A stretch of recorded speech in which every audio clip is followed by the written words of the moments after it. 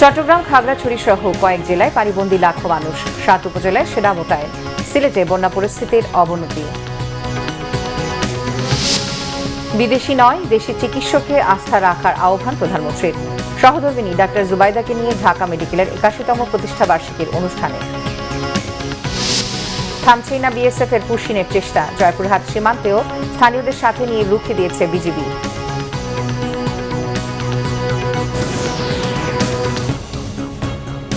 দেখছিলেন সংবাদ শিরোনাম, এবারে বিস্তারিত। ভারী বর্ষণ ও পাহাড়ি ঢলে সৃষ্ট বন্যায় চট্টগ্রাম, খাগড়াছড়ি সহ দেশের 8 জেলায় পানিবন্দী কয়েক লাখ মানুষ। চরম ভোগান্তিতে শিশু, বয়স্ক সহ খেটে খাওয়া মানুষ। চট্টগ্রামের 7 উপজেলায় পরিস্থিতি মোকাবেলায় সেনা মোতায়েন করা হয়েছে।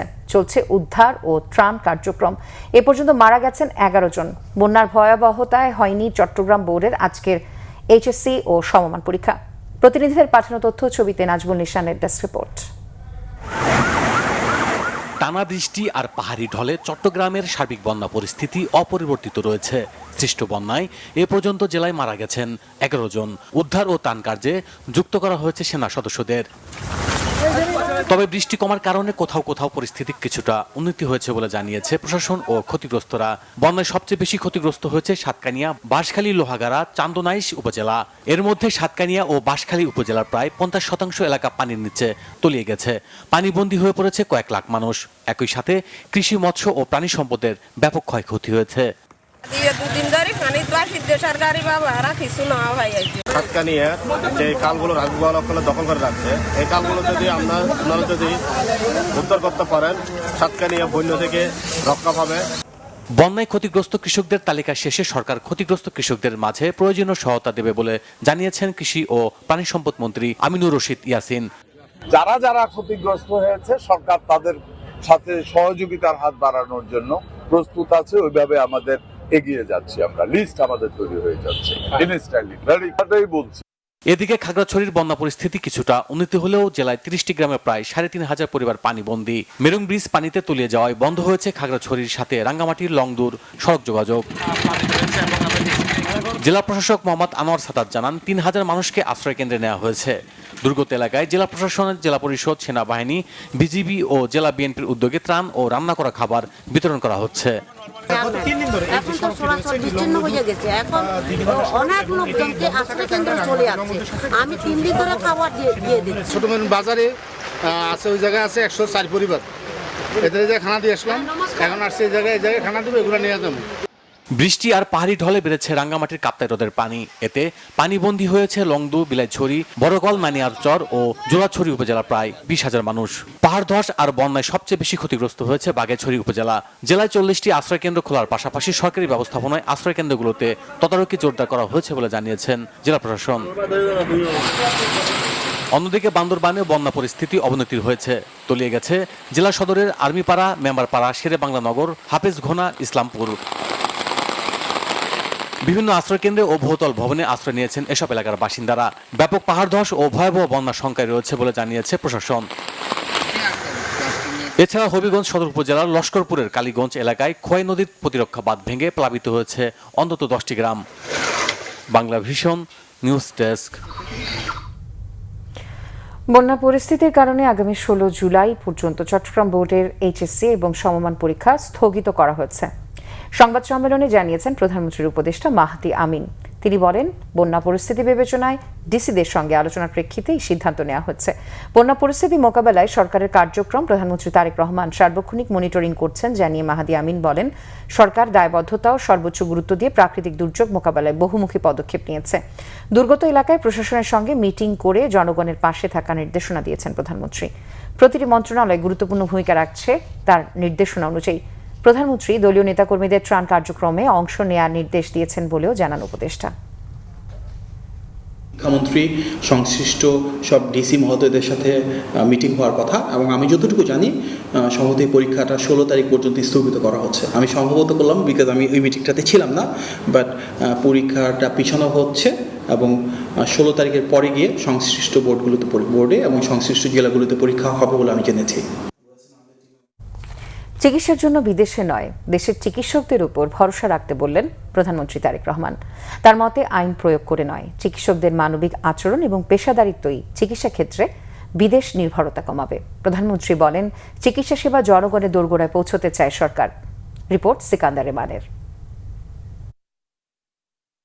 ঢাকা মেডিকেল কলেজের ৮১তম প্রতিষ্ঠাবার্ষিকী শনিবার সকালে কলেজ ক্যাম্পাসের শহীদ মিলন চত্বরে শান্তির প্রতীক পায়রা ও বেলুন উড়িয়ে আনুষ্ঠানিক উদ্বোধন করেন প্রধানমন্ত্রী তারেক রহমান। এ সময় তার সহধর্মিণী ডাক্তার জুবাইদা রহমানও উপস্থিত ছিলেন। ১৯৪৬ সালে ১০ জন শিক্ষার্থী নিয়ে ঢাকা মেডিকেল কলেজের যাত্রা শুরু হয়। কলেজ অডিটোরিয়াম চত্বরে গাছের চারা রোপণ করেন প্রধানমন্ত্রী ও তার সহধর্মিণী। কলেজ ক্যাম্পাসে 2 ছাত্রী হলের চলমান প্রকল্পের বিষয়ে অবহিত হন প্রধানমন্ত্রী। উদ্বোধনী অনুষ্ঠান শেষে প্রধানমন্ত্রী মতবিনিময় সভায় অংশ নেন। স্বাস্থ্য ব্যবস্থার আধুনিকায়নে ঢাকা মেডিকেল কলেজের ভাবনা বিষয়ক আলোচনায় অংশ নেন শিক্ষার্থী ও চিকিৎসকরা। ঢাকা মেডিকেল কলেজের শিক্ষার্থী ও প্রধানমন্ত্রীর সহধর্মিণী ডাক্তার জুবাইদা রহমানও এ সময় বাংলাদেশের চিকিৎসা ব্যবস্থা নিয়ে কথা বলেন।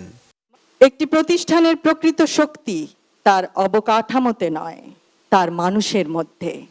ঢাকা মেডিকেল কলেজের সবচেয়ে বড় সম্পদ তার মেধা, তার মূল্যবোধ এবং তার মানুষ। প্রতিযোগিতার মধ্যেও সহযোগিতা সম্ভব। চিকিৎসা বিজ্ঞানের প্রতিটি সাফল্যের কেন্দ্রবিন্দুতে থাকে একজন মানুষ, একটি পরিবার, একটি জীবন। প্রধানমন্ত্রী তারেক রহমান বলেন, দেশের হাসপাতালগুলোর সক্ষমতা বাড়াতে কাজ করছে সরকার। বিশেষজ্ঞ চিকিৎসকদের প্রান্তিক পর্যায়ে সেবা দেওয়ার আহ্বান জানান তিনি। বলেন, মানুষের চিকিৎসা নিশ্চিতে আরও ৫,০০০ চিকিৎসক নিয়োগ, নার্স, মেডিকেল টেকনোলজিস্ট সহ অন্যান্য জনবল নিয়োগ দেওয়া হবে। আমাদের দেশে মোটামুটিভাবে কয়েকটি অসুখ বিসুখ, যেমন কার্ডিয়াকের ব্যাপার, কিডনির ব্যাপার, অসুখ, আপনার ডায়াবেটিকের বিষয়, অর্থাৎ এইগুলো কি কি লাইফস্টাইলটা কেমন হলে কি কি খাদ্যদ্রব্য পরিহার করলে কি কি খেলে এইগুলো থেকে রক্ষা পাওয়া যাবে। আমরা এই হেলথ কেয়ার যারা আছে তাদেরকে আমরা এই বেসিক ট্রেনিংগুলো আমরা দিব। তারা গিয়ে ঘরে ঘরে গিয়ে নারীদেরকে যদি সচেতন করে, আমরা আশা করি আমরা আজকেও যদি কাজটা শুরু করি, এটার আগামী 10 বছরের মধ্যে ইনশাল্লাহ এটার একটা এফেক্ট আমরা ভালো এফেক্ট আমরা পাবো। আমরা যদি মোটামুটিভাবে ইনশাল্লাহ এটাতে সাকসেসফুল হতে পারি, তাহলে তারপরেও যারা অসুস্থ হবেন তাদেরকে আমরা অনেক বেটার ট্রিটমেন্ট আমরা তাদেরকে দিতে সক্ষম হব। প্রধানমন্ত্রী বলেন, চিকিৎসকদের মানবিক আচরণ এবং পেশাদারিত্বই পারে রোগীদের বাংলাদেশে চিকিৎসা নিতে আগ্রহী করতে। প্রতি বছর বাংলাদেশ থেকে ±5 বিলিয়ন ডলার চলে যাচ্ছে বিদেশে চিকিৎসার জন্য। আমাদের দেশের বহু মানুষ, লক্ষ লক্ষ মানুষ বিদেশে যাচ্ছেন চিকিৎসা করাতে। তার ফলে আমাদের মূল্যবান বৈদেশিক মুদ্রাও সেই সাথে চলে যাচ্ছে। স্বাভাবিক এটা, যে আসুন না, আমরা কেন পারবো না এই পরিস্থিতিটির পরিবর্তন করতে? কেন আমাদের ডাক্তারদের উপরে আমাদের দেশের মানুষের আস্থা এবং বিশ্বাস দৃঢ়তর করতে আমরা পারবো না? এটি আমরা কোনো আইন দিয়ে করতে পারবো না, এটি আমরা কোনো প্রতিষ্ঠান দিয়ে আমরা করতে পারবো না। এটি একমাত্র সম্ভব হবে আপনাদের মানবিক অ্যাপ্রোচ এবং আপনাদের সঠিক সুষ্ঠু চিকিৎসা প্রদানের মাধ্যমে। চিকিৎসা বিজ্ঞানের অগ্রযাত্রায় যতই প্রযুক্তি নির্ভর হোক না কেন, তার কেন্দ্রবিন্দুতে সবসময় মানুষ থাকে। তাই প্রযুক্তির পাশাপাশি মানবিক চিকিৎসক হওয়ার পরামর্শ দেন প্রধানমন্ত্রী। সিকান্দার রেমান, বাংলা ভিশন, ঢাকা। বিএনপির মিডিয়া সেলের আহ্বায়ক অধ্যাপক ডাক্তার মওদুদ হোসেন আলমগীর পাভেলের শারীরিক অবস্থার খোঁজখবর নিয়েছেন প্রধানমন্ত্রী তারেক রহমান। শনিবার বিকেলে রাজধানীর একটি হাসপাতালে চিকিৎসাধীন ডাক্তার পাভেলকে দেখতে যান প্রধানমন্ত্রী। এ সময় প্রধানমন্ত্রী কর্তব্যরত চিকিৎসকদের সঙ্গে ডাক্তার পাভেলের চিকিৎসার সার্বিক অগ্রগতি নিয়ে বিস্তারিত আলোচনা করেন। সর্বোচ্চ গুরুত্বের সঙ্গে প্রয়োজনীয় চিকিৎসা সেবার কথাও বলেন। হৃদযন্ত্রে রক্ত সঞ্চালনে আকস্মিক জটিলতায় অধ্যাপক ডাক্তার পাভেল বর্তমানে ঢাকার একটি বিশেষায়িত হাসপাতালের করোনারি কেয়ার ইউনিটে চিকিৎসাধীন রয়েছেন। তিনি Bangladesh college of physicians and সার্জনসের সভাপতির দায়িত্বেও আছেন। জয়পুরহাট সদর উপজেলার পশ্চিম রামকৃষ্ণপুর সীমান্তে 2 নারীসহ 3 জনকে বাংলাদেশে পুষিনের চেষ্টা করেছে ভারতীয় সীমান্তরক্ষী বাহিনী।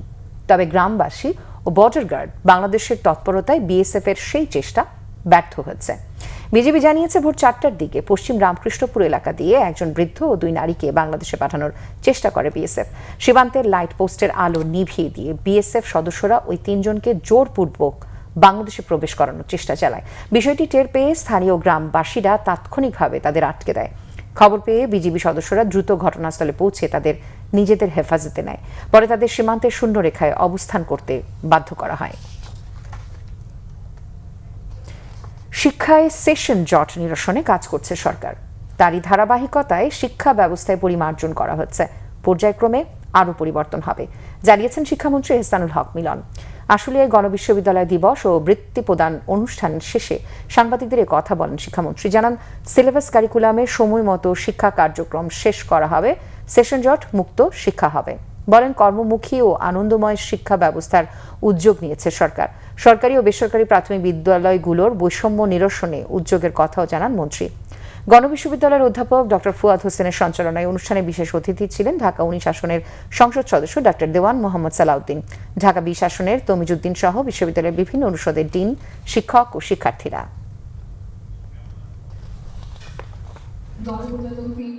সিলেবাস কারিকুলাম আমাদের যে কমিটি সমন্বিতভাবে করছে এবং 2 বছরের কোর্স 2 বছর শেষ হতে হবে।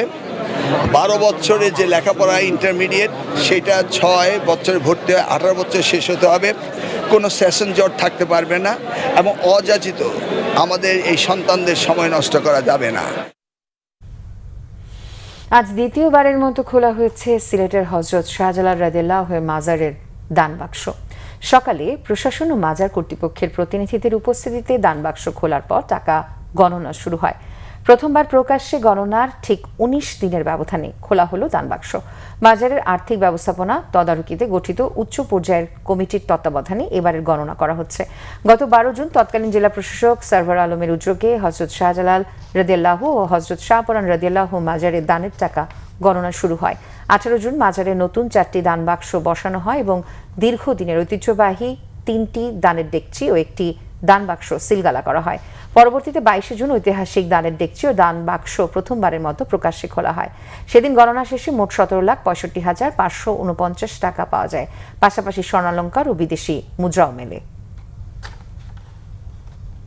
খুলনা আবাসিক এলাকায় বস্তাবন্দি কিশোরীর মরদেহ উদ্ধারের ঘটনায় নিহতের মা আরিফা ইয়াসমিন সীমাকে গ্রেফতার করেছে পুলিশ। আদালতে দেওয়া জবানবন্দিতে তিনি নিজ কন্যাকে হত্যার কথা স্বীকার করেছেন। অন্যদিকে নিহতের পিতা আলিম হোসেন আকাশ পলাতক রয়েছেন। শনিবার সকালে এক প্রেস ব্রিফিংয়ে বিষয়টি নিশ্চিত করেন Khulna metropolitan police commissioner Mohammad Zahidul Hasan. Press ব্রিফিংয়ে জানানো হয়, গত 8 জুলাই রাত আনুমানিক 9টার দিকে প্রান্তিকা আবাসিক এলাকায় একটি প্লাস্টিকের বস্তা থেকে অজ্ঞাতনামা কিশোরীর মরদেহ উদ্ধার করা হয়।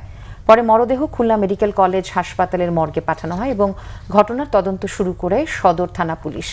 তদন্তের শুরুতেই পুলিশ নিহতের পরিচয় শনাক্তে সিসিটিভি ফুটেজ, তথ্য প্রযুক্তি এবং বিভিন্ন গোয়েন্দা সংস্থার তথ্য সংগ্রহ করে। এক পর্যায়ে নিহতের পরিচয় শনাক্ত হওয়ার পর গত 10 জুলাই পুলিশ বাদী হয়ে সদর থানায় একটি হত্যা মামলা দায়ের করে। রায়পুরা কল্যাণ সমিতি নরসিংদীর নবগঠিত কার্যনির্বাহী ও উপদেষ্টা কমিটির পরিচিতি ও অভিষেক অনুষ্ঠান হচ্ছে। সকালে নরসিংদী সদর উপজেলা মডেল মসজিদের হলরুমে এই অনুষ্ঠানে স্থানীয় বিভিন্ন শ্রেণী পেশার বিশিষ্টজনেরা অংশ নেন। পবিত্র কোরআন তিলওয়াতের মাধ্যমে শুরু হওয়া হয়। অনুষ্ঠানে সভাপতিত্ব করেন সমিতির সভাপতি বীর মুক্তিযোদ্ধা খন্দকার মোহাম্মদ শহীদুল্লাহ। প্রধান অতিথি ছিলেন নরসিংদী সরকারি কলেজের প্রাক্তন অধ্যক্ষ প্রফেসর গোলাম মোস্তফা মিয়া। স্বাগত বক্তব্য দেন সমিতির সাধারণ সম্পাদক মোহাম্মদ মহসিন হোসাইন বিদ্যুৎ। বিশেষ অতিথি ছিলেন ফরিদপুর মেডিকেল অ্যাসিস্ট্যান্ট ট্রেনিং স্কুলের অধ্যক্ষ ডাক্তার সৈয়দ আমিরুল হক শামীম, শিক্ষানুরাগী ও সমাজসেবক জাহাঙ্গীর আলম বাদল, সাইফুল ইসলাম বাহাদুর, অধ্যাপক মোহাম্মদ ওহিদুজ্জামান সহ গণ্যমান্য ব্যক্তিরা।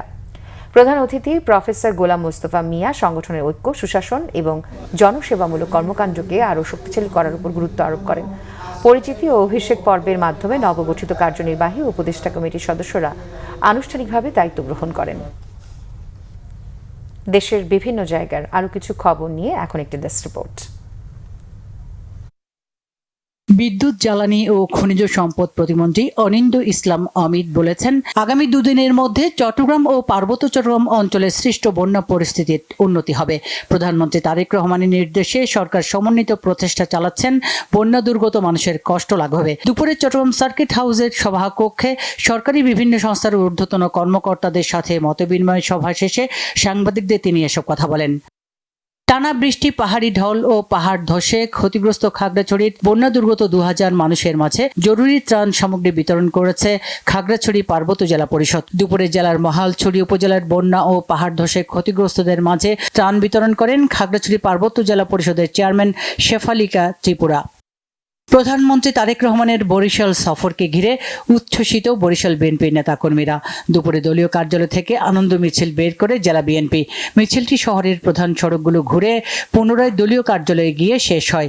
এর পরপরই তারেক রহমানকে শুভেচ্ছা জানিয়ে মিছিল করে বরিশাল মহানগর বিএনপি।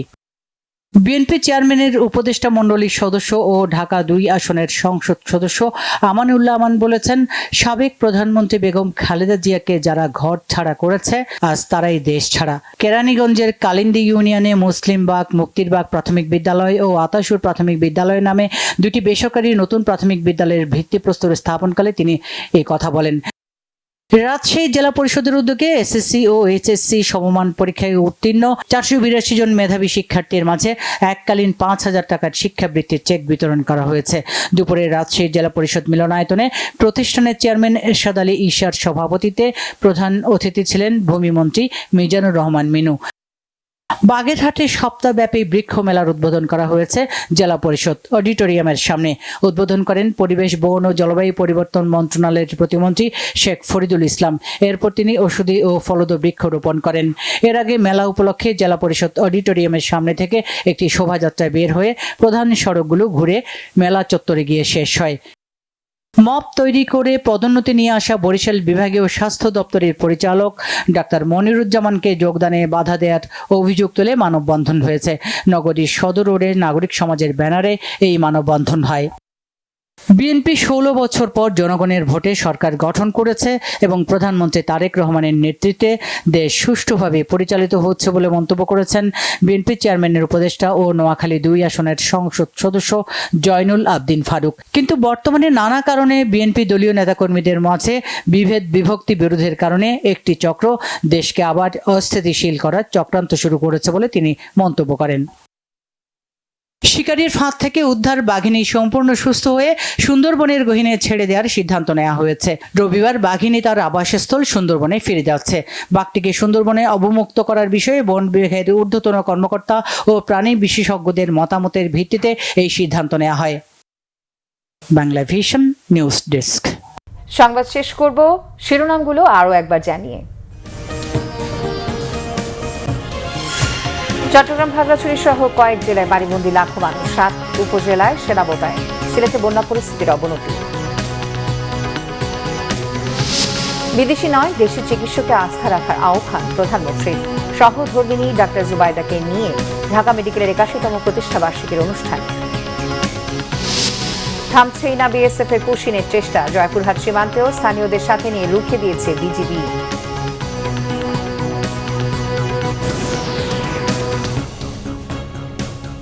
এই ছিল এখনকার মতো। পরের সংবাদ সন্ধ্যা 7:30টায় দেখার আমন্ত্রণ রইল। এছাড়া বাংলাদেশের সংবাদ ও সংবাদ সংশ্লিষ্ট অনুষ্ঠান দেখতে ভিজিট করুন www.bbnews24.com ও facebook.com/banglavisionnews এবং সাবস্ক্রাইব করুন youtube.com/banglavisionnews। ধন্যবাদ এতক্ষণ সাথে থাকার জন্য।